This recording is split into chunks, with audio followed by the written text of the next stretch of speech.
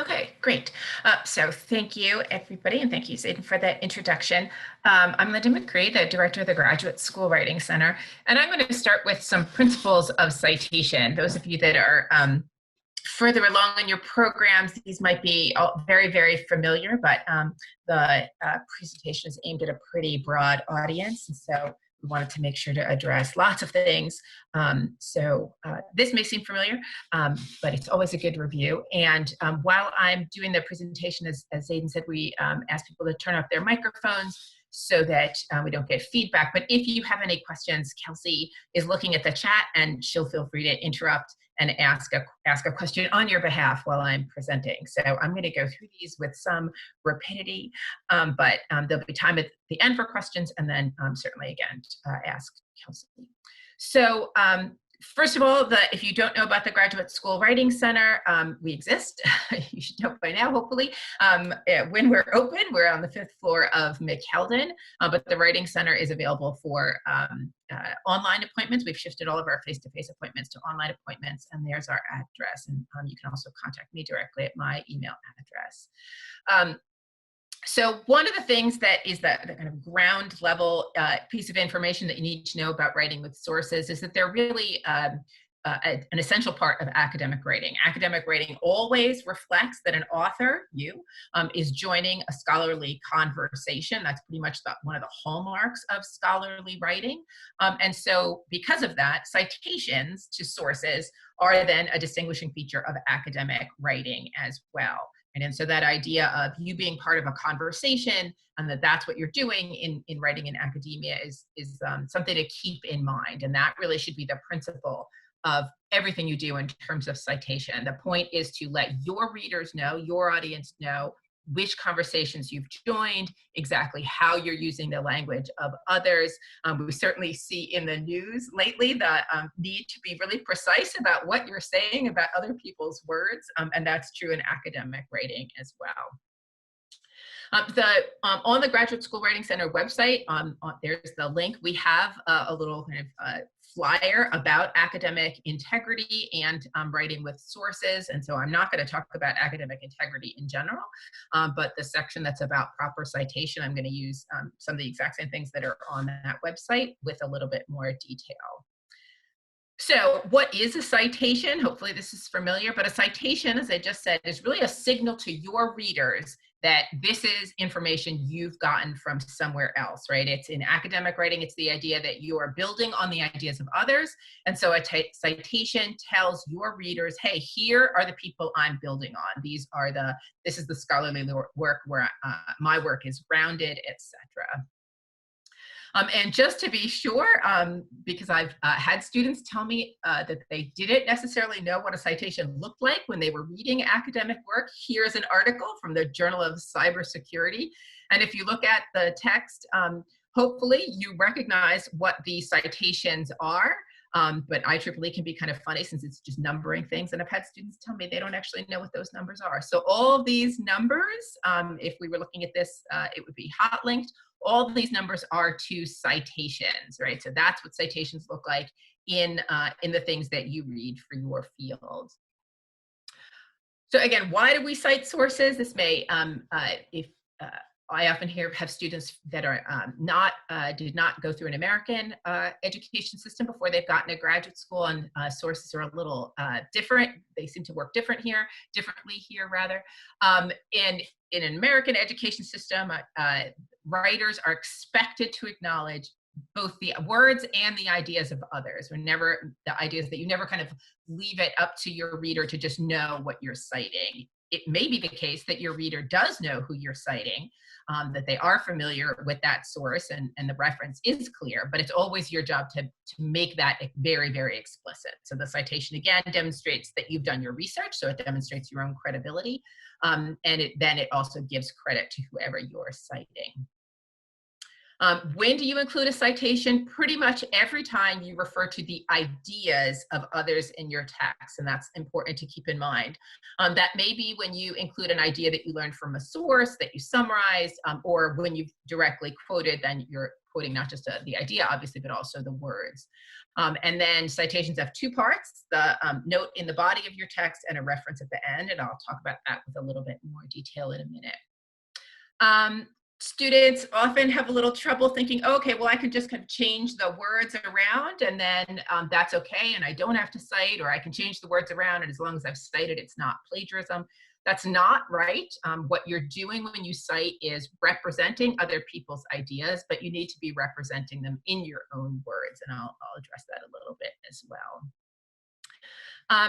We're also going to talk a little bit today about citation style, and we're happy to answer questions about citation style. And if that's a phrase that that isn't too meaningful for you yet, I'll explain a little bit about that. So citation styles are basically the format used by different disciplines to indicate citation, right? To indicate sources.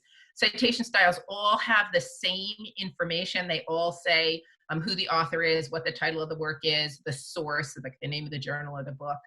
They all give some indication of year of publication and usually of pages, but the order that they use are a little bit different in the references, and the way texts, or rather citations look in text very extensively from citation style to citation style. So I'll pull up a few examples of that, to the anatomy of a citation. I'm being dramatic. So I said this part again already, but I'll just say a little bit more about it. Citations have two elements, the in-text and the reference. Reference might be bibliography, see different words, but basically those are at the end. So you always have an indication in your text, in the body of the work, and what's in the text is really just enough information for your reader to figure out this, where to look on your reference list. So it's as minimal of an interruption in the body of your text as it can be, just enough to get your reader to the reference list. And then the reference list comes at the end. It always, as I just said, contains author, title, source, date of publication, page number, and that's the information that your reader needs to go find that source for him or herself, so that they can follow up because they want to, because it's interesting, because they're citation chaining, as I think Zaid may talk about later. So those are the elements, and let's take, and then different citation styles really tell us something about how different disciplines use information. I'll pull up a couple of examples there. So this is an example from APA, and what I did actually was I pulled a few articles from completely different journals and completely different fields, but all about the same subject, or about the same subject, about graphic novels or comics. So citation style is not connected to subject area, it's connected to discipline, and usually to journals as well. So if you're sending something off for publication, always check with the journal what citation style they want. If you're submitting something for your class, always ask your instructor what they want. So all these articles are about comics or graphic novels, but you'll see drastically different citation styles. So this one is from a journal called The Reading Teacher, and here's APA style. And if you take a look, you can see, let me see if I can, my annotator, I can draw. I'm terrible at this, so give me a second. Little arrow.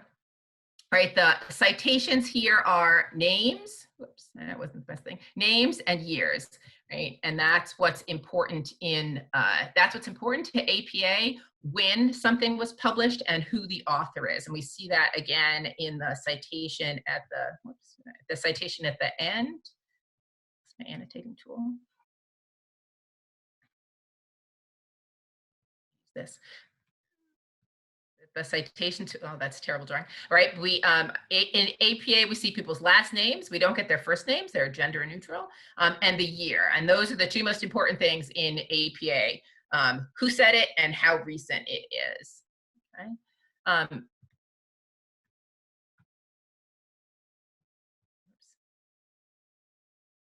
Can't advance until I hold on. Sorry. Okay. Oh, why am I not advancing slides? Ah, there we go. In MLA, whoops, clean up, well, You have to look at my purple scribbles. In MLA, which is used by some humanities fields, certainly by English, which is the field I come from, things are considerably different. Again, at the end, get rid of this nasty annotation and offer some new annotation.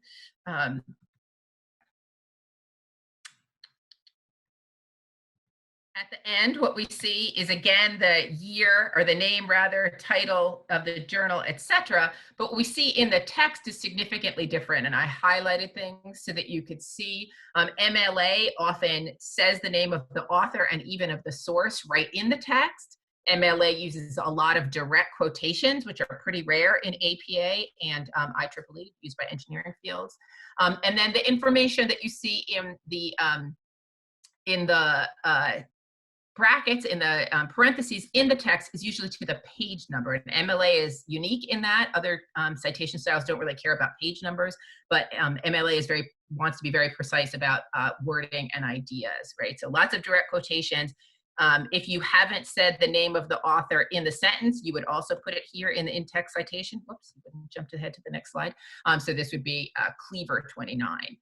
Here, where it's the reference is to something more general and not specifically a page number, that's the idea we're saying, talking about that author's work in general. And then in IEEE, we have something even different. Still, IEEE, which is typically used by engineering fields, wants as little interruption as possible in the text. So what they use is just these,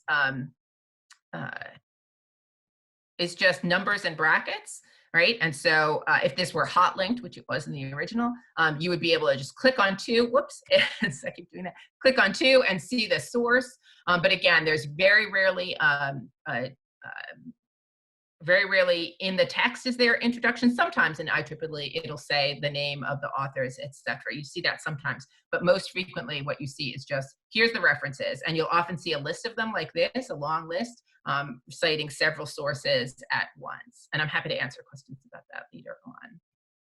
Okay, so that's citation styles and how they work a little bit differently, that they want different information for different, depending on your discipline. And then some of the nuts and bolts about how to cite. So again, the thing to remember is that your reader, when someone's reading your work, expects to hear what you have to say in a paper. That's why you've been asked to write a paper, either for a class or certainly if you're sending something off for publication, the idea is that you have something unique to say.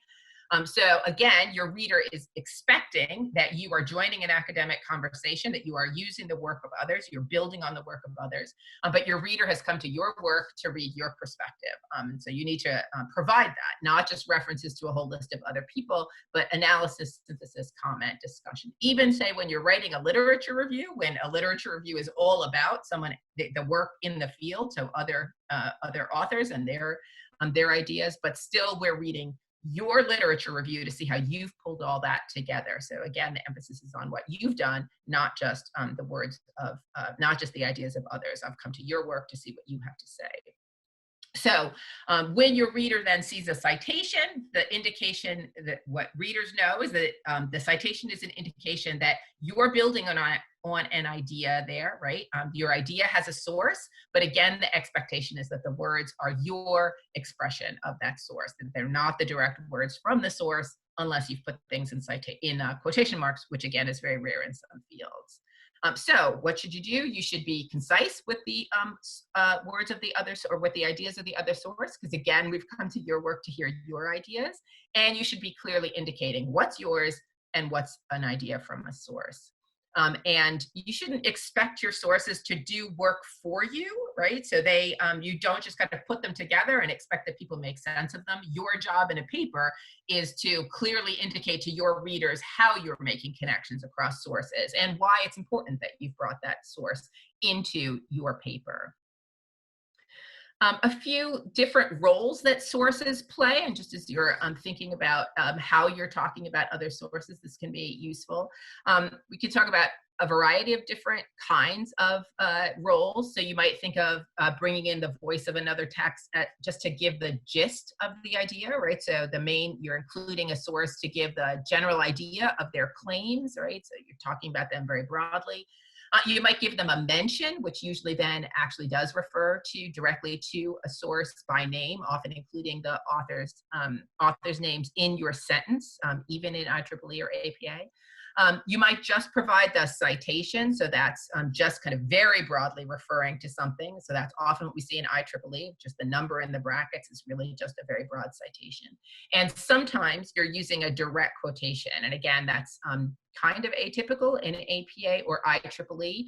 You use a direct quotation even in those fields when you really do need the precision of language. So often you'll see direct quotations when you're quoting a definition or someone's defining something in a field. That's when I see it most frequently in APA and IEEE. So just have a few examples of what this looks like. Here's a source that's in, I've given you it in APA style. This is from civil engineering, I think, framework for post-earthquake risk assessment and decision-making for infrastructure systems. And here's the first paragraph, or an early paragraph. And you don't really have to understand it very much to kind of figure out what kind of references these are. BNs and IDs have been employed in a wide variety of disciplines. However, they have not been used to model and optimize post-hazard decision-making. BN models of earthquake hazard and risk are reported in, I should have practiced, Bayraktarali and Faber 2011 and Kuhn et al. 2011. Bayraktarali et al. Used BN to perform deaggregation of the seismic hazard, and application of BNs to near real-time tsunami warning based on observation of earthquakes is proposed in Blazer et al. I'm not going to keep reading the rest.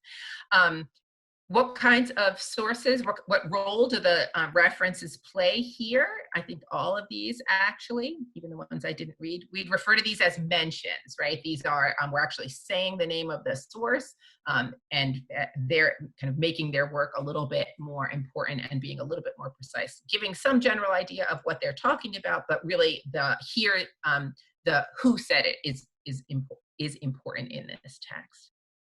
Other places, however, in the text, we see something a little different. So for instance, I'll just read this first sentence. Several efficient algorithms for exact and approximate probabilistic inference for BNs have been developed, and then a long list of references. And these, I would say, are just, and same in the later sentence, these are just citations, right? We're just saying, look, this work has been done. We're not going to talk about it as specifically, but still bringing credibility to your work by saying, all this has been done. I know about all this work, and I'm giving credit to all this work. So how do you go about making sure that you're citing effectively? Good citation starts with reading well. You can't represent the words of others or the ideas of others if you don't really understand them. So being sure that you're understanding the source, really thinking about why you're using it.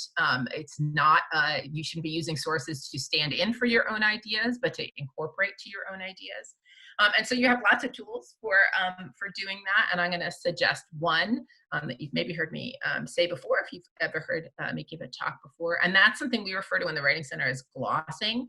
So really, it's just a way of extensive note-taking on articles that you're reading or on books that you're reading. It's a kind of interpretive reading strategy. Basically, for every paragraph, you would make yourself a note of the summary of the content, a brief note, and then also a summary of kind of what's the paragraph doing or the section doing? How's it functioning to move the argument forward or to explain the research? And I'll bring up an example. This is from the Journal of Special Education. So this uses APA style. A systematic review of literature on emergent literacy skills of preschool children with autism spectrum disorder.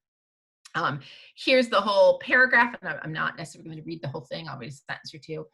Learning to read for meaning is no doubt one of the most important skills learned at school. Children who have strong emergent literacy skills at school entry are more likely to become successful readers. Emergent literacy can be described as the skills, knowledge, and attitudes that are developmental precursors to reading and writing. And I'll stop there for a second, because there we see a direct quotation, which I said is fairly rare in APA, but there's a good example.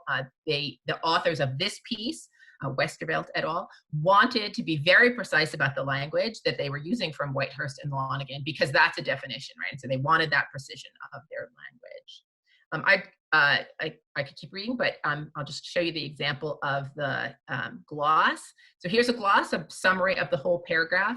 This paragraph notes the definition of emergent literacy and offers information about the challenges of children regards to reading, etc. And then a note about what it does. It's establishing the importance of this issue for this particular population. And the value of doing this, particularly for articles that you really need to understand in depth, is that now you can see that what you have in like what I've put in yellow or what I've put in the box in green, that's already in your own words. You've ingested and understood and been able to reword the passage, which is a good way to make sure you're not plagiarizing and to really be sure about how you're representing things. So, and that leads to good acceptable use in your citation style. So there's kind of 3 ways that you can acceptably use another source. You offer a summary that has a citation, you offer a paraphrase that has a citation, you offer a direct quotation that has a citation, again, fairly rare in IEEE or APA. Again, the other things of just mentions, etc., also need citation. And I'm going to show you examples from that same article that we were just looking about what a good summary and a good paraphrase look like. So here's a good summary. Just a second. I can't see my own slides because I have my gallery of pictures. So give me 1 second. Okay, there we go. Good summary with citation. In the past decade, a wealth of new empirical evidence about the development of emergent literacy among children with autism spectrum disorder has become available, right? That's a good summary of that whole passage that we were just looking at. Similarly, a good paraphrase. So a paraphrase is aiming to be a little bit more specific. In their recent review of the literature, I have a typo in there, Westerveld, Trembleth, Shelshear, and Paintner offer findings aimed at informing future interventions that special education teachers may implement to support early reading development for children with autism spectrum disorder. I drew that paraphrase largely from the end of their paragraph, which I didn't look at, so I've pulled it up here. So what I have on the gray side is actually the end of the end of that paragraph. And we can see that, yes, the paraphrase has a lot of similarity, right? So in a paraphrase, paraphrases can be challenging. You're both trying to get at the precise information, but also put it in your own words and for your own use. So one thing that you'll see is that you're still, in a good paraphrase, you can still be using the jargon of the field, right? So we're talking about findings, we're talking about interventions, we're talking about autism spectrum disorder. You as a scholar are not supposed to be completely reinventing the language of your field. So some of that language is going to appear even in a good paraphrase, and that's not necessarily going to be plagiarized, right? It can still be a good paraphrase. But one of the things in this paraphrase that we don't see in the original, we see the same reflection of ideas, but the paraphrase also kind of is suggesting a little bit more about the author of the paraphrase, how that author is going to be using this information, right? So aimed at informing future interventions, specifically from special education teachers, etc. So paraphrases certainly are going to use the same jargon as the original, but shouldn't be too close to the original, right? Again, if they need to be very close, then they should probably just be a direct quotation. Okay, and the last thing I'm going to talk about is something referred to as patchwork plagiarism. This is something that is hard to avoid. Hey, Linda. Yes. I'm going to interrupt you with a question from the chat. Okay. So one of our attendees is wondering in that her discipline uses hybrid citations with lots of variation. So the question is it common practice or possible to include an explanation of your citation practice?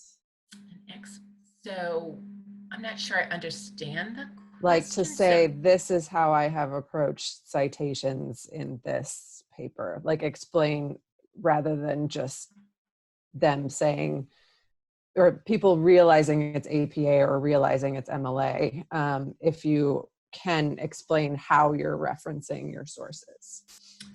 I honestly don't know. I've actually never come across that idea of explanation of your citation practice. I actually don't have a great answer to that. So I'm Zayden or Kelsey, if you have a better answer, fill in.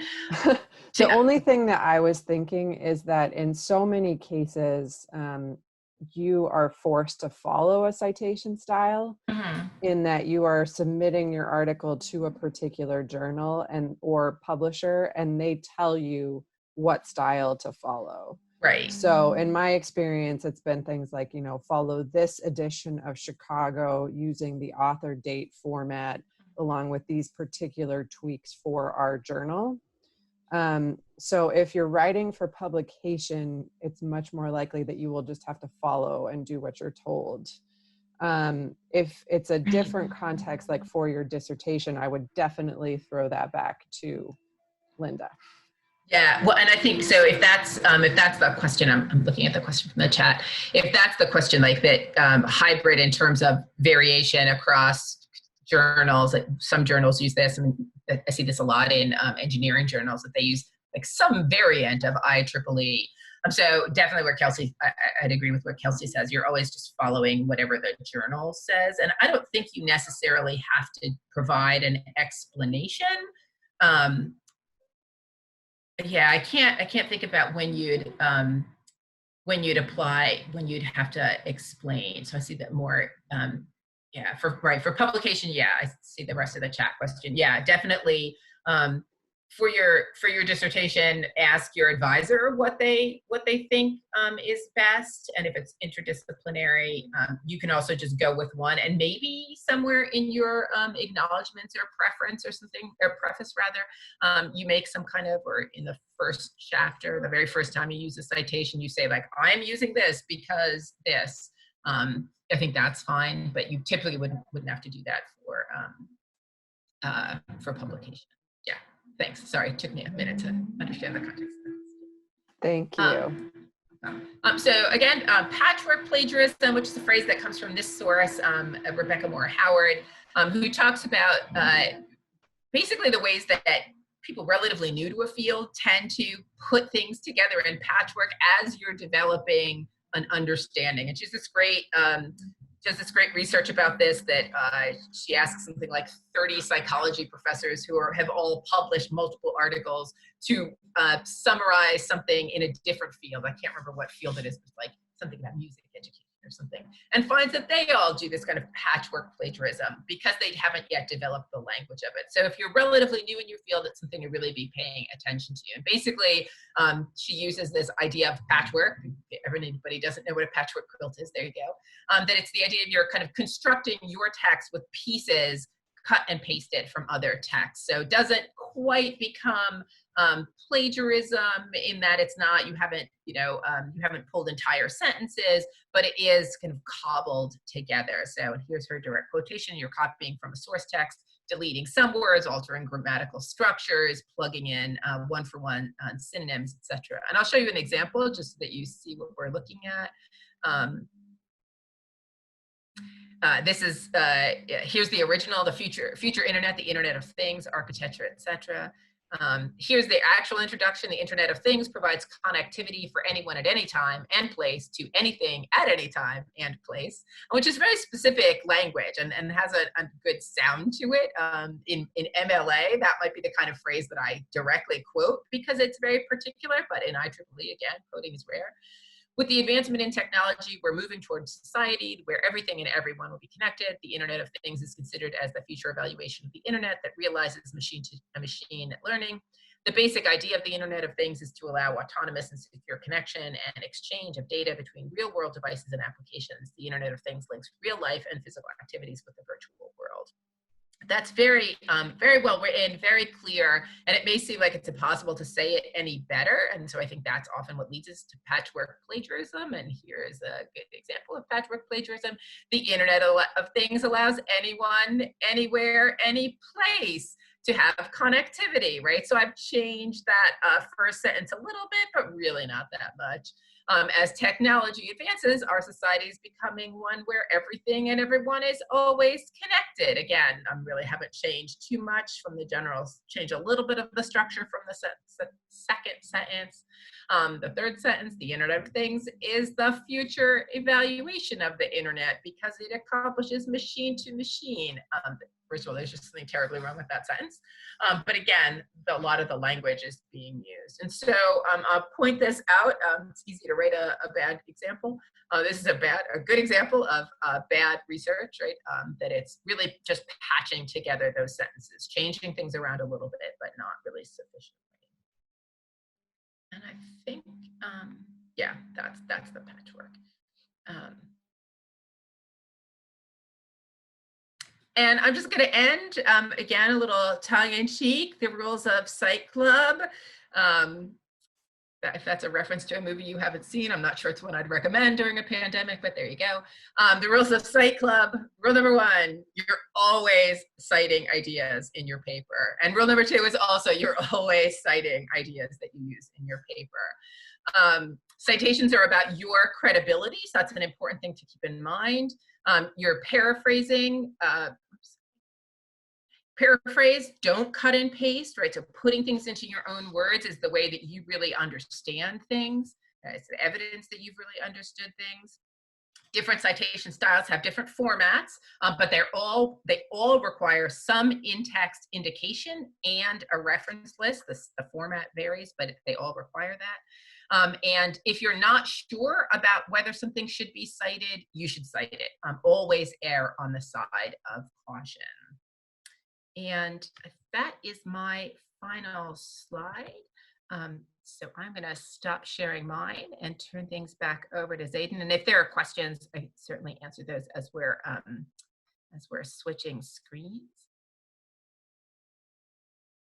Did I stop sharing, Zayden? Yes, you did. I did. Okay. So I'm going to start sharing mine. Yep. Share screen. And I don't see any questions right now. Okay. Okay. Hi, everybody. So wait for this to load. So this next section is gonna be about citation managers. So this first slide just has our link to the lib guide that we've created in the libraries, which talk about citation managers and the different tools in general. So that's just there for reference. I don't have a link for these slides yet, but I will get one and email it out to everyone today. So just a brief introduction to citation managers. They are a type of software that you download onto your computer, and they are used primarily to generate in-text citations and bibliographies, but they do have capabilities of organizing, to help you organize your research and sources, and for collaboration. This will differ from platform to platform, though.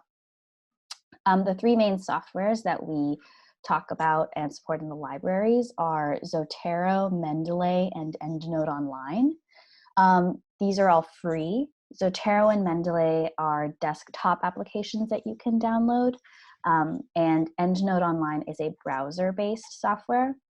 EndNote does have a desktop version, but it is subscription-based, so you have to pay for it every month to get the nice interface that you use on your desktop. When you're deciding between the 3, we also created a detailed comparison guide, which is linked here, which if you're at the point where you're deciding which one to use could be very helpful. Another thing to consider when you're trying to pick a platform is to talk to your advisors or long-term research team members, because collaboration is possible, but you all have to be on one system. So if you're using 2 different, if different team members have different softwares, they will not work together for smoothly. Okay, I'm going to talk about Zotero today, just because it is one of the free ones, and it's also I think has the strongest software and the least amount of bugs. So you can download Zotero for free at zotero.org. And in order to get the full functionality of Zotero, there are 4 main elements that you want to look for, so that you need to install, sorry. And so the first one is the desktop application, which is the, it's an interface that you interact with, and that's how you organize your work and edit things. The online account, which is mostly just for syncing purposes. So it'll back up everything, all the work that you're doing on your desktop application, it backs it up online. A Microsoft Word plugin, which again will help you generate those citations as you're typing, as you're writing your paper. And the browser capture tool, which helps, which is one of the ways that you can add items to your library as you're finding them online. I'm going to demonstrate a lot of these, so I think that's the next slide. Okay, so the first slide is to demonstrate the Zotero interface. So I'm going to exit out of my presentation, and I'm going to open my Zotero. Okay, so it looks like this. This middle section that looks kind of scary, that's just the list of all of your sources. So every line here, like every line that's highlighted, is a different item. So it's either a book or a chapter in a book or a journal article or something like that. The left-hand side is organization kind of zone, and then the right-hand side is, the right-hand side is the details pane. So let's start over on the left. So on the left over here, right now I have my library highlighted, which shows, which populates this middle section. So it's like everything I've ever brought in. But underneath there are folders. So that is one of the ways that you can organize your research. So you can create subfolders from the library and subfolders within folders, and drag in items according to your class, themes, chapters in your dissertation, however your workflow works. So that's one way of organizing.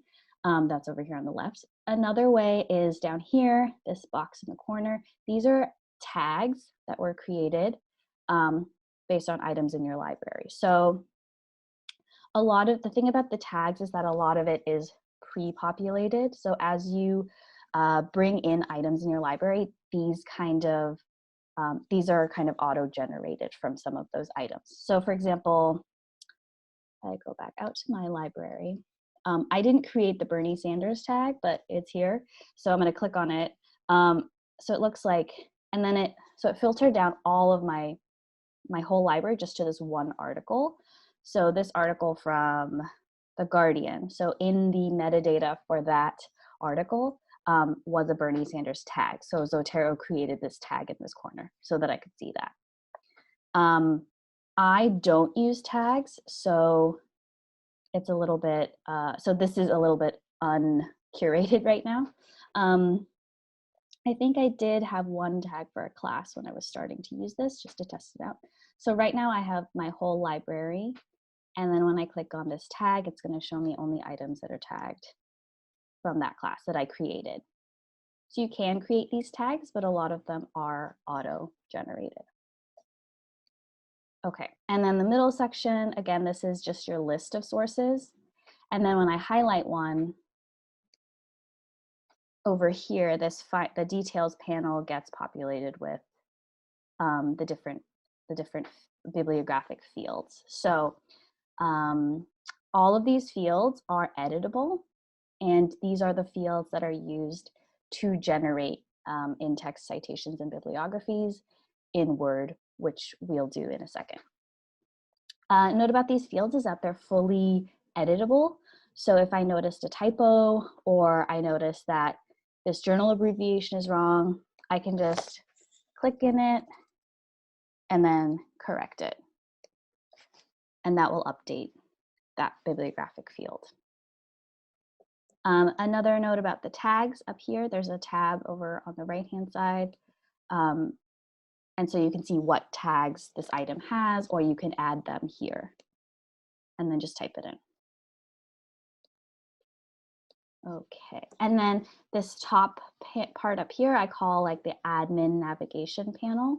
The most important things I'll point out right now is the plus folder button, which is to add a new folder.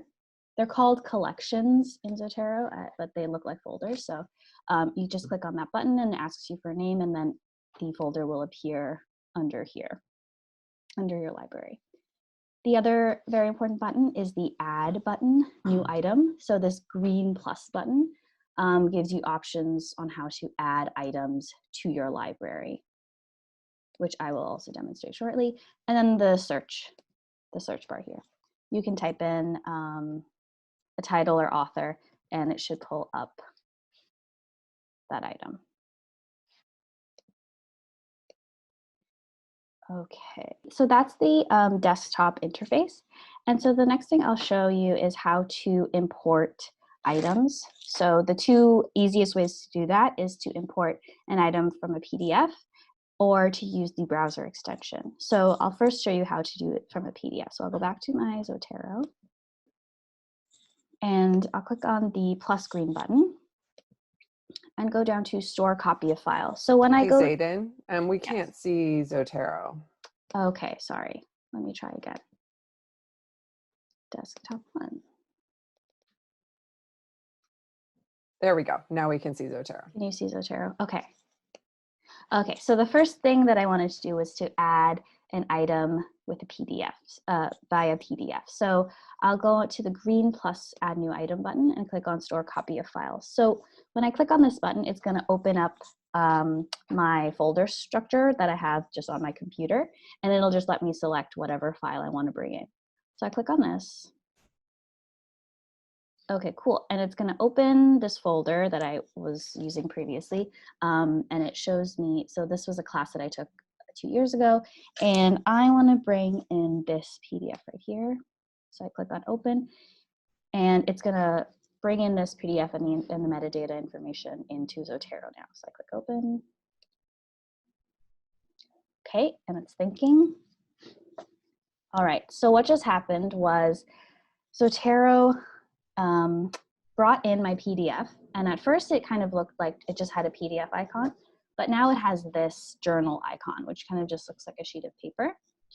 And what it did was it brought it in, it identified it as a journal article, and then it filled in all of these fields for me. So I didn't do any of this. It just automatically read the metadata on the PDF and filled in these fields. So that's one way of adding an item. Another way is to use the browser extension tool. So when you're at like the Google homepage, the browser extension tool is this Z button. But so basically what this tool does is that every page that you're on, it's trying to guess what type of item is on that page. So right now it can't really make heads or tails of the Google homepage, so it's just a Z. But if I were to go to the New York Times website, let's try this article here, which I was looking at yesterday. All right, now it's gonna load. And so we want to just look at this icon at the top and see what happens here. So right now it looks like this, which I think means it's a web page. But once it's loaded, it changed to this newspaper icon. So basically Zotero thinks that this item that I'm looking at right now is a newspaper article, and they would be correct. So I'm going to click on this button here, and it's going to ingest this web page or this newspaper article into my library. And the first time you press this, it might ask you to log in and just like sync your account. So it's bringing it into the correct library. But I've already logged in, so let's see if that works. Click on this. And it's telling me where it's saving it, my library. All right, so let's double check that that worked. So I'm going to go back to my Zotero. And there it is, right at the top here. It's highlighted, 50 years of Earth Day. So Zotero was able to identify that it was a newspaper article, pull the title, author, publication, date, and URL. So I didn't have to do any of this stuff. It just automatically did it. So those are the two easiest ways to bring in items into your Zotero library. Okay.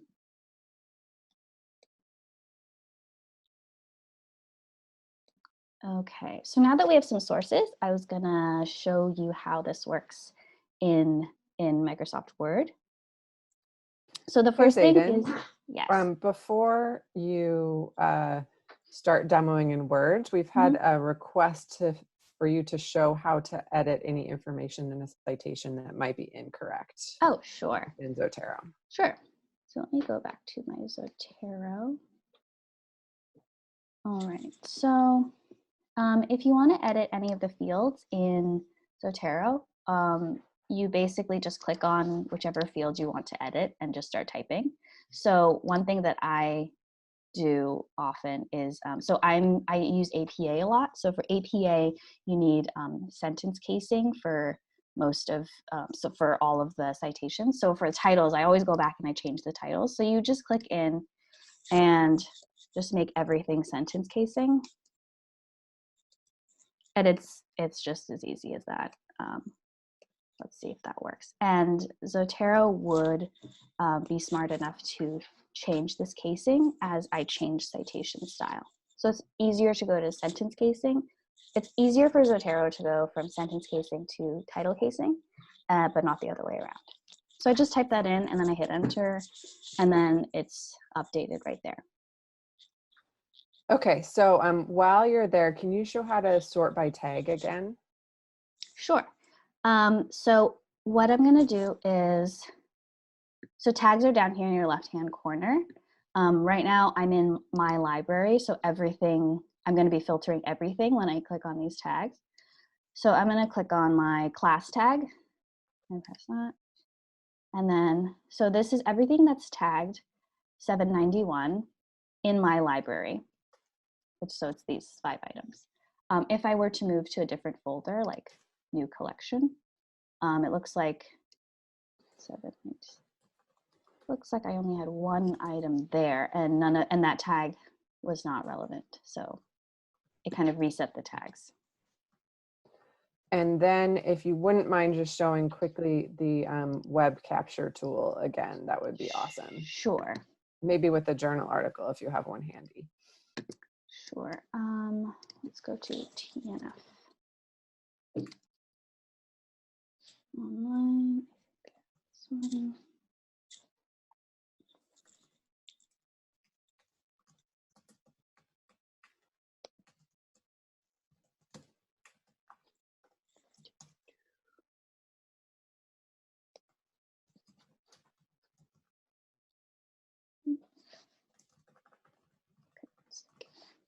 Okay, so when I'm at, so I just went to Taylor and Francis online and I found this article. I may have to log in again, but okay. But basically the Zotero button up here is now this journal icon. And so I'm gonna click on it and see if this works. I might have to log in though, so this may not work. Let me try that. Okay, so I clicked on that button up here and it's saying saving to my library. So I'm gonna go back to my Zotero and check and see if it's there. So our 2-year college is the key. Okay, so looks like it did pull it in. At least it pulled in all the metadata. Maybe it didn't grab the PDF, but it pulled in all the metadata here.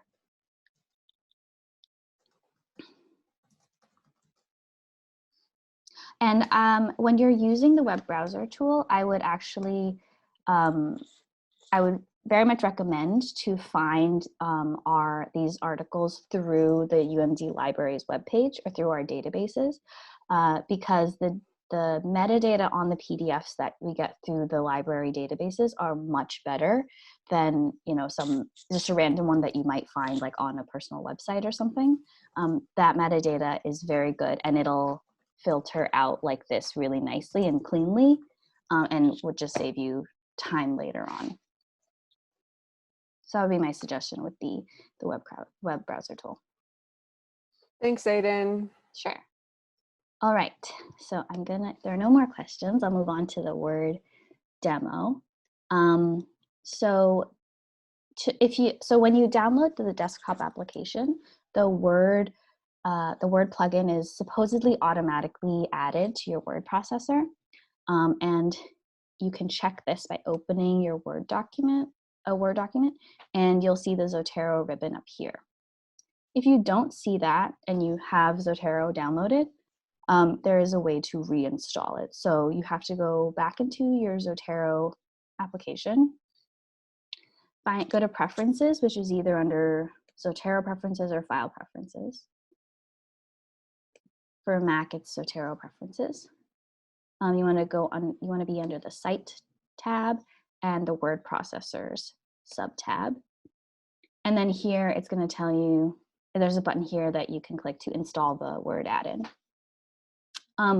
This is the only kind of buggy part. Zotero is really good overall, but this part is always kind of funky.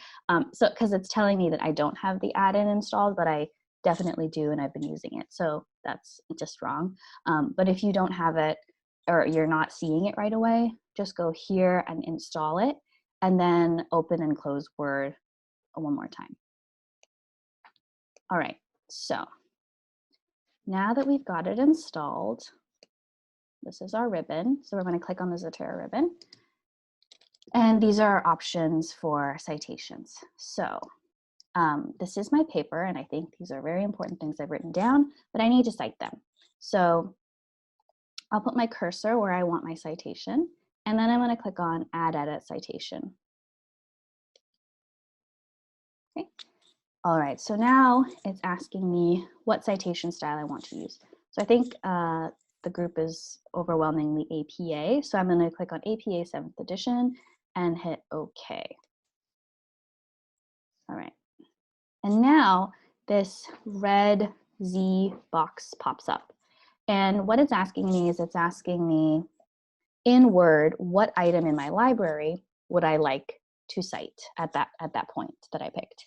So I'm gonna click, you can start typing a title or an author. So there's this one that I like, and just hit enter. And that is my in-text citation in APA style. Cool.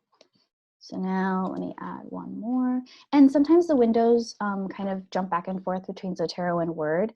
It just does that sometimes. There's nothing wrong. It's just like thinking and wants the windows to go back together. So now I have my window, and then I'm gonna type in, let's have this one, okay. And if I needed to add a page number, I just click on the bubble with the name, and then add the page number here, or suppress the author if I need to. So I'll just say it's like page 34, and hit enter twice again. Okay, so those are my two APA in-text citations. And now if I'm finished with my paper, I click on Add Edit Bibliography here to generate the bibliography. So this bibliography is using whatever in-text citations I have to generate the bibliography. So if there was something in there that you hadn't referenced, it's not going to show up in this bibliography that I generate. So I'll click that. It's going to think a little bit. And then that's our APA style bibliography. Now, as I'm reviewing my bibliography, as we all do, I notice that there is a typo in this title. So this Walker Aritz article has, this should say leadership styles. So I can fix this in my Zotero. So I'm gonna go, so this was Walker Aritz, women doing leadership. So I'm gonna go back to my Zotero application, find that article. So Walker, this one, doing leadership, and there's that typo. So I'm going to just open this field up, type in the correct title, go back to Word, and then click on this refresh button. So we're going to look at leadership styles here. I'll hit refresh and let's see what happens. Okay, awesome. So it corrected the spelling mistake, and it also made sure that this was capitalized. Now, so this is great and you turn it into your class. Let's say that you want to actually submit this work to a journal or a blog or something else, and they want it in a different citation style. That's pretty simple to do as well. So you just open up your document as it was in this final state, and then up here under the Zotero ribbon, click on Document Preferences. So we've seen this before. It's asking, this was the citation, the window that asked us which citation style we wanted to start with. It's the same window if you want to switch styles. So I'm going to say, let's say it's Chicago full note. No, it's full note, let's say. I'm going to click on, highlight that one and click on OK. So again, it's like thinking, and it's going to, and now I have Chicago full note. So Chicago has footnotes. So for full note, you may not actually need a bibliography at the end, but it's there anyway. For context. So we've had a couple of questions, Aiden, about how to add additional citation styles that may not show up in the first list. So would you mind demoing that? Sure. So we're going to go back. That's a really good question because the default options may be limited. So we're going to go back to document preferences up here and click on manage styles right here and on the right hand side underneath the box. And this, again, this might be flipping you back and forth between Zotero and Word, so just watch out. That's okay. All right, so we're here. So we were here before when we were trying to install the Word plugin again, but right now we're under Cite and Styles. So these were the options that we initially had in our Word, but if we need more, we're going to click on Get Additional Styles. And again, there's going to be another pop-up. That went to the wrong, okay, this is the pop-up. It went to my other desktop. And now you can search by style. So this is actually very useful for journals because certain journals might want a specific type of, they might have like a really unique citation style. So there's a whole list here. I think there was one that ACS, I think is one. Yeah, so ACS. So let's say I wanted to add the ACS Biomaterial Sciences and Engineering style. I'll just click on that and it will add to my list here. So now it's been added. And then if I just X out of here and go back to Word and go back up to document preferences, it's right there at the top. And I'll click OK if I wanted to change it. I guess we could try it just to see what it looks like. Okay, and it looks like it's not footnotes, end notes, references only. This is one of the ones that just has numbers. Okay, yeah, one of the science ones. Yep. Okay, so that's what it looks like in ACS for bioengineering. Okay, so oops, sorry. So that was in text and bibliography. I'll just go into present mode. One note is that Google Documents does have Zotero capabilities. So if you download the when I downloaded the web browser, it automatically installed into my Google Docs. And actually, maybe I don't want to be in present mode. It shows up on your as a drop-down menu. So instead of being a ribbon in Microsoft Word, it just shows up as a drop-down menu with the same options as Microsoft Word. Let me open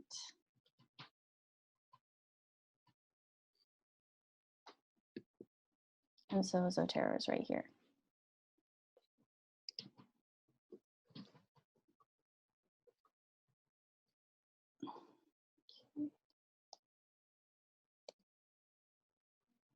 Okay. The thing to note about the Google Doc, though, is that as soon as you download the Google Doc as a Word document, the document is no longer speaking to Zotero, so you can't make those updates and corrections and style changes that I showed previously. You would have to do that in the Google Doc on its own. Hey, Zayden, I think we can talk through a question here Okay. that's a little more complicated. Mhm. So the question was, if you're doing lit reviews and topical bibliographies, how do you organize and sort sources by topic and, for example, add as an appendix to a document? So can you group sources and create separate bibliographies to add to separate documents? So you can definitely do this. You have to do a bit of a workaround in that, let's say you have a folder in your library, which is what Zayden's showing now. You can export things in that folder or even just sources that you select Mhm. as a bibliography. So maybe you could show them how to do that. Yes. So if I wanted these 4 items, I could just highlight them and right click and then say create bibliography from items. It's going to ask me what style I want, so I'll just say APA 7th. And I copied it. I like to copy it to my clipboard, so I can just paste it into Word. So it's a bibliography, copy to clipboard, and I hit OK. And then if I go back to my Word document, I just paste it in. So you can do that. If you can also, yeah, you can just select and right click and create a bibliography that way. And that can be a really handy way to just get a citation for one thing. If you just right click and say export to bibliography. The functionality that you somewhat lose by copying or exporting a bibliography is that awareness of what you have previously cited in the text so far. You could also play with section breaks in Word to be able to do this. Because you have options for inserting things at the end of sections versus at the end of the document. But you have to feel pretty comfortable about using Word to use that option.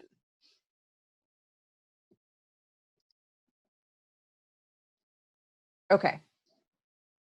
Thank you. Okay.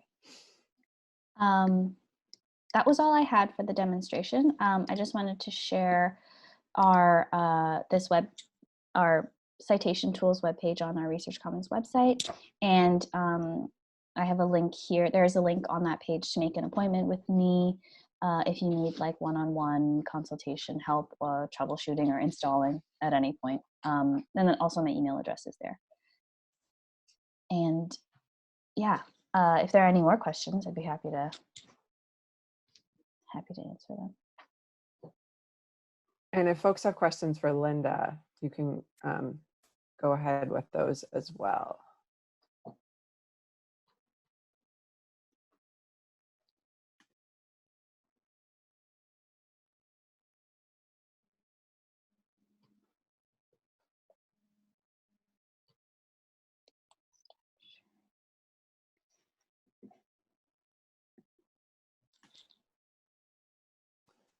Yes, we'll definitely post a link to Zayden's presentation as well. And I'll just make sure, and we'll also send it out via email because I know a few folks have had to leave a little bit early and or joined us a little bit late. So we'll make sure that we share the links to both presentations, and then we can also make the recording of the session available. And it should include all of the chat, so you'll be able to see the links and discussion there as well.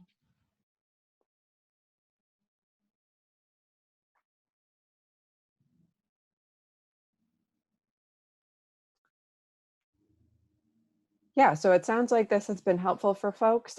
We do have another 20 minutes left. So if anybody would like additional help with Zotero, or if you have any questions for either Dr. McCree or myself, we're happy to hang around a little bit.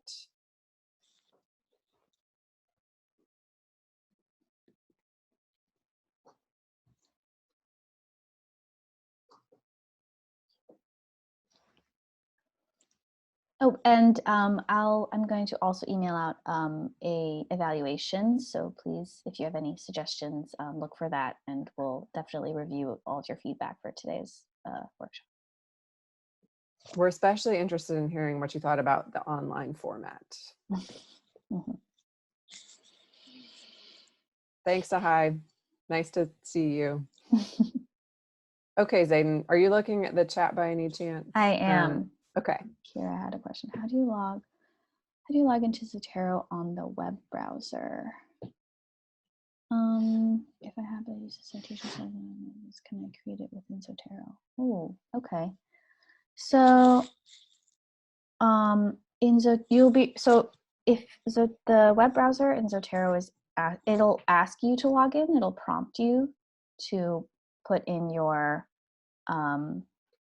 username and password. So, with the first time that you use it. So if you have it installed and you just want to test it out, you can just go to any web page and just click on it, and it'll ask you to log in, and then it should like keep working from then on. But you can also access your library virtually. So if you go to, and here, I'll just share my screen real quick and show how that works. So if you go to zotero.org, I can manage to click on this. Okay. So from zotero.org, let me just move this out of the way. Got too many things on my screen here. Okay. So we're getting a little up here at the top. If you click on the menu right there, you can log in directly via the web, and we're going to see if I can actually remember my password right now. So if you have to jump on a computer that you don't typically use, or that you're not allowed to download things on, this can be a good alternative to at least see your libraries. And you can add sources from this page. You just can't use the Chrome plugin unless you add in a couple of other options. So here you can see it looks similar to the view that you have on your desktop, but it is a little bit less robust.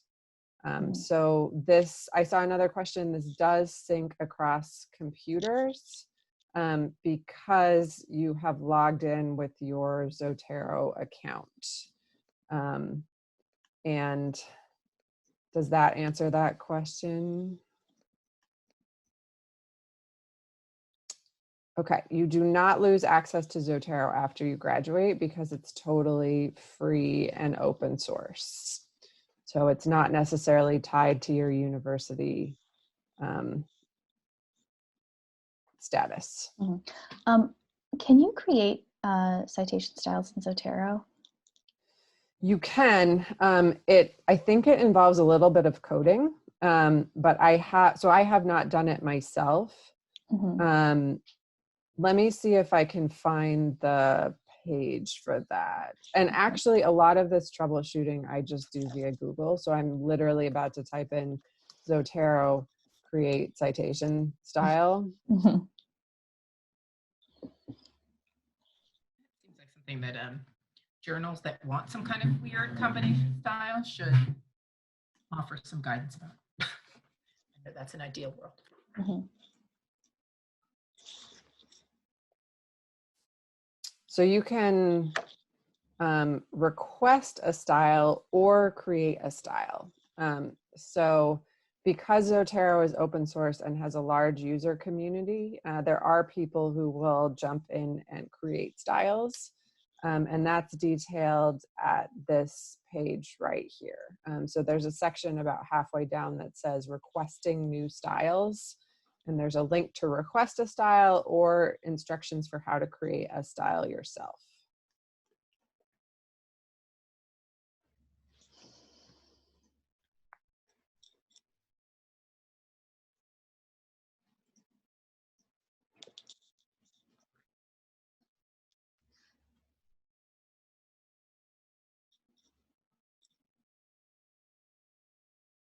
So Linda, we did have a couple of questions while you were presenting about some details regarding, say, like, what do you italicize in APA? So I answered a few of those and also posted some links to the Purdue OWL, etc.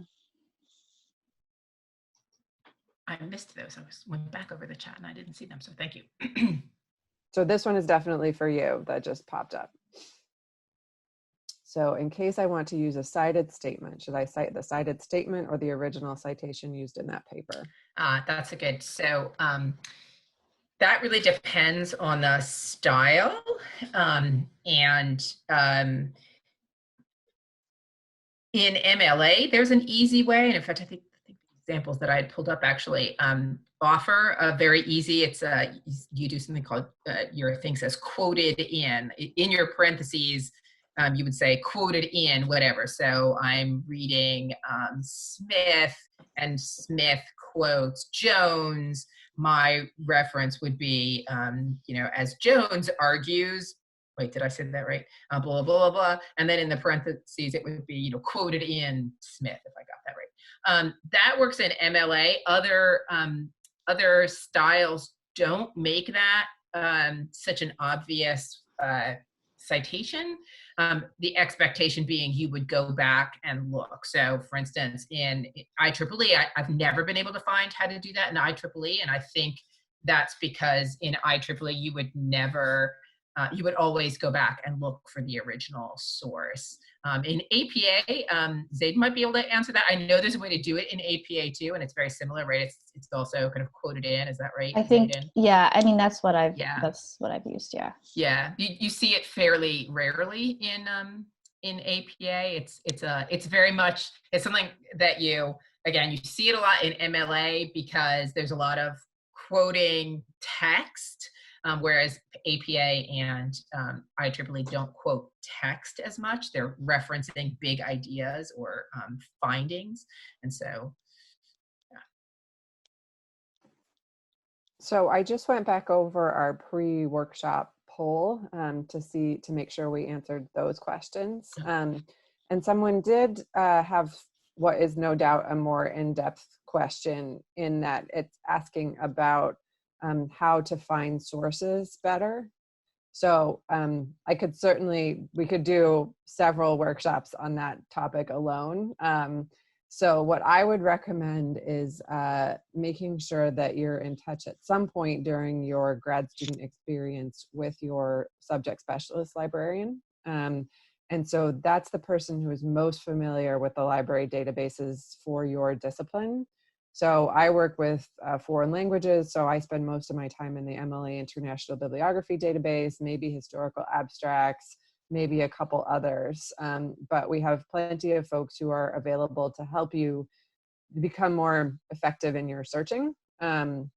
So I'm going to go ahead and drop in the link to our subject specialists, just to make sure that everybody is aware of us as resources. And we are all doing virtual consultations as well as email support while we're off campus. And I also saw a question about how to reference multiple authors in APA in text.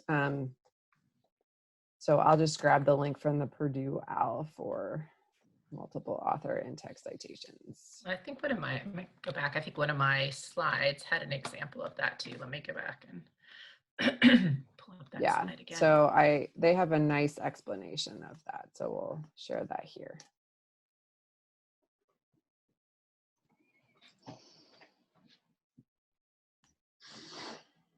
And share my screen again to show that slide too. Oh.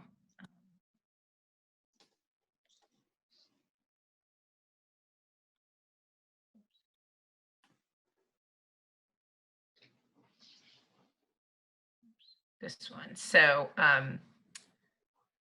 this is what that looks like. If I'm understanding that question right, this is what that multiple authors looks like. If I'm understanding the question right, it's this one. That children with autism spectrum disorder are known to be at risk of difficult reading. So it's just, you would do them in This looks like alphabetical order by author's first name, not year order. I don't know if that's changed in the most recent renovation of APA, but that's probably Okay, if, so if you know. What it says on the Purdue OWL, it's not specific about the order. The order, okay. Yeah. Yeah. Oh, wait.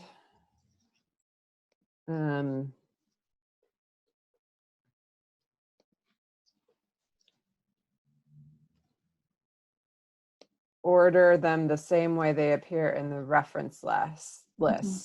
So that would be So the alphabetically. Author's last name, yeah. Okay, and then Zayden, Yishan has a question. Hi, Yishan. Hi, Sean. I saw that. Yeah, so do you have an answer for that one? Sub collections. Is there a way to create the entire collection? Yes. So if you're, I can share my screen again. If you are in Zotero, it's actually a really simple right click. So here's my white paper folder and then my sub collection here, which just has one. So if you wanted to create a bibliography just for the sub collection, you can just right click and say create bibliography from collection. Or then if you wanted the whole folder, you would just go up a folder and just say create bibliography from collection here. Thank you, Zayden, and hi, Zayden and Kelsey. Hi. So I think the problem is on my side, I don't see in the collection part, there's no paper and nothing in the, there's no paper on that part. Okay, so your folder is it's like blank here? Yeah. Okay, so what you have to do is you have to actually drag items from your library into that folder. So you can just do that. You can just go to your big, wherever the source is, whether it will be in your library, but if it's here, and then you just drag it over, hover over whichever folder you want it to go into. And then it creates a copy in there. I see. Thank you so much. Yeah, sure. Okay. And that's one thing that I didn't understand initially, is that this My Library screen includes everything always. And what is shown in your folders is actually a copy of that. So you can delete a citation in one of your collections, your folders, and it doesn't get deleted from My Library unless you specifically tell it to do that. Yes, so I can show you what that looks like. If I want to, so if you remove item from collection, basically it's just taking it out of this folder, but it will still be in your library. If you want to actually get rid of the whole thing, you have to move the item to trash. And this is why I kept running out of space, because I thought I was deleting things, but really I was just removing them from the collection and didn't delete them. Yeah, that's a important quirk. Yeah.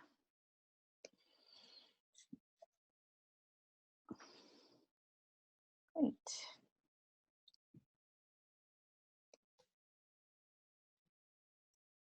Okay. Question about the space limitation in Zotero. Yes, I think I can look this up. I believe it's 2 gigabytes. So the main scenario, so I've been using my same Zotero account for 10 years now. And it was pretty recent that I started running out of space. So if you are typically uploading PDFs or little web captures, it will take a while to run out of space. If you are doing archival research and you need to upload photos of primary sources, you will run out of space pretty quickly. And there are options to upgrade to additional space for a relatively affordable price. Or you can think of ways to store in Box or Google Drive and then just put a URL to that file in the Zotero record, something like that to get around it. But what is the max, Zayden? I'm just trying to find it, sorry. It's okay. Um, They okay, probably so- don't make it super obvious. Yeah, so for Zotero, it's free. You get 300 megabytes for free. And then the next bump up level after that is 2 gigabytes at $20 a year. So like Kelsey was mentioning, so there's kind of a hack around this, because if you're in your library, I'll share my screen again. You have the option to have what they're called attachments in your library. So right now, if I'm looking at this first item here, drop down, okay. So if I had if I brought in the PDF like this one, base work and responding to unethical communication, I have this PDF saved in my Zotero. And so that PDF is taking up space.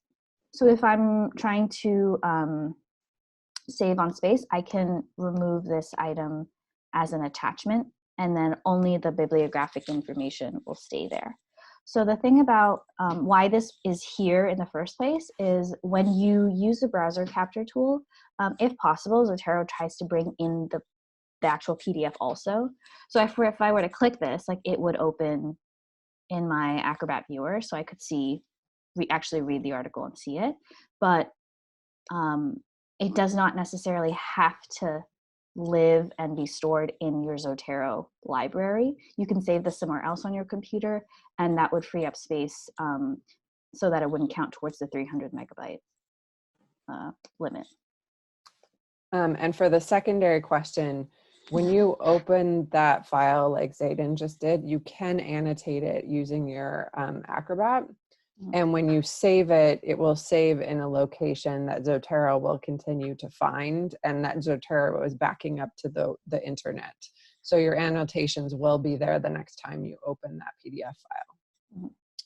That said, Mendeley, which is another one of the platforms that we recommend, has a really nice built-in PDF viewer and annotator that just opens right there in Mendeley.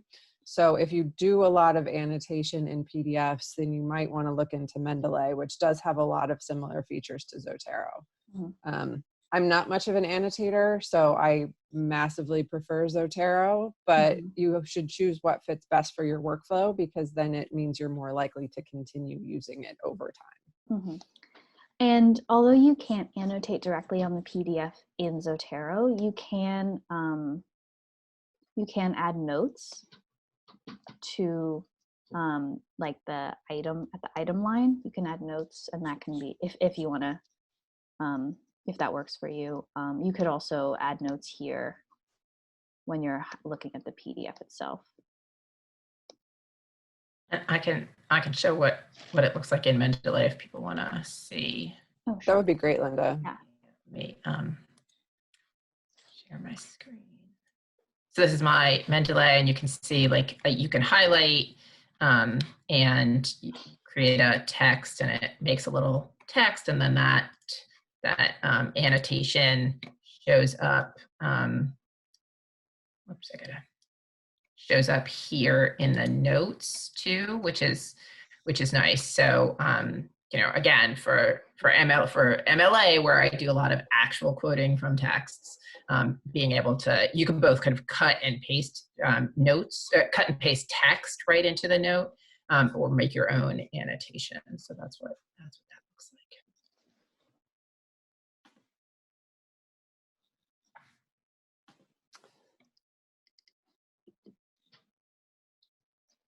And I would suggest that if you do work a lot with PDFs, you seriously consider Mendeley. It is very strong with organizing PDFs and annotating them, as Linda showed you. So I would think about it.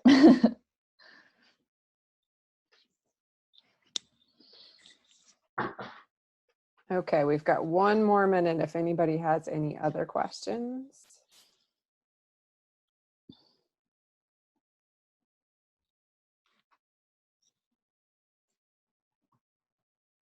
The advantage of Zotero over Mendeley. Well, I think Zotero is just better software. I've had Mendeley crash and have a couple hiccups here and there, but I've never had an issue with Zotero. So I would say it's just better. And there's way more documentation. So if something, if you have a question or a random little thing comes up, you can like go to their webpage, and it's like crowdsourced troubleshooting, which helps a lot of the time. I'm able to find my answer there. Yeah, I would second that. So Zotero is completely open source, which means there's a huge community of users who are improving it on a regular basis. Mendeley is a freemium model, so there is an option to pay for a more advanced version, which allows you to do like extra features in collaborating with groups and have private groups, whereas all of that is just built into the free version of Zotero. So that means, from my perspective, they don't prioritize making sure Mendeley works as much unless you're paying for it. And I have an experience that crashes that that Zayden talked about, but I do have some problems sometimes with Mendeley being smart enough with in syncing. So if I like use it in the library and I'm using it online, because I'm not at my own computer, sometimes the syncing back to my downloaded desktop version can be a little wonky. One advantage that I like, and honestly, I don't know if Zotero does this too, is that like I created preferences in Mendeley, and so it'll send me notices of articles, which is kind of nice. Does Zotero do that too? No, and so that's one big difference, is that Zotero is not connected with any online literature searching. So the idea with Zotero is very much that you will go find the things and then add them to Zotero, and so you can't search for things within Mendeley, and you can't get notifications. So I've avoided that scenario because I have Google Scholar notifications set up for a bunch of stuff.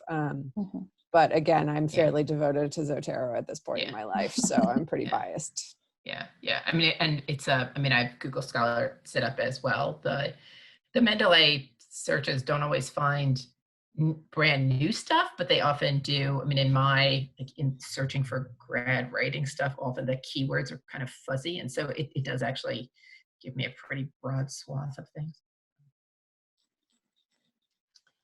I think you're probably going to want to choose one and go with it rather than setting up accounts in both.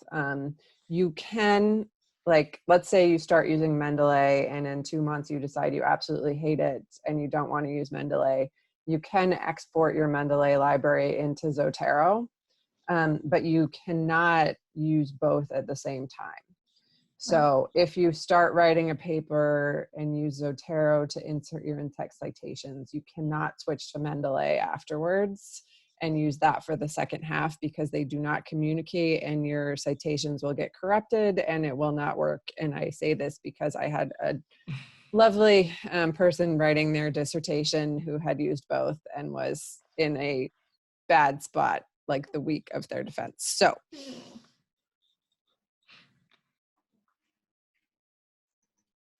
I agree with that.